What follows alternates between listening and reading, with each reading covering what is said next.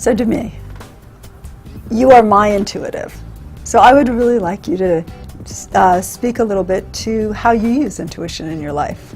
There was a point in my career that I was being encouraged to do a film for what felt like the wrong reasons, which were for monetary reasons. But I had an overwhelming sense of intuition that it wasn't right, that it felt unsafe, that there were elements that really just were wrong. And what's interesting is I didn't follow my intuition. I allowed myself to be persuaded, and the biggest part of why that was created is that I didn't have enough self-confidence or trust in my own information. I also think there's a lot, there is a lot of pressure. There's always a lot of pressure, no matter who you are, to give up your own sense of how things should be to move to someone else's position. And I think that's something we learn through a lifetime to honor in ourselves. What is our position? What's our integrity?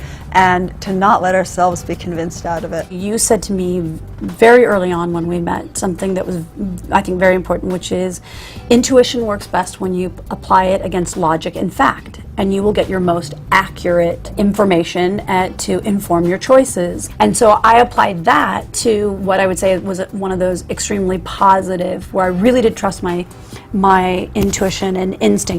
And that's when I met my husband, where I just had an overwhelming sense that this was something different, that had the potential to be something very special, and had so many people around me saying, we'll see, you included. Yes, I know.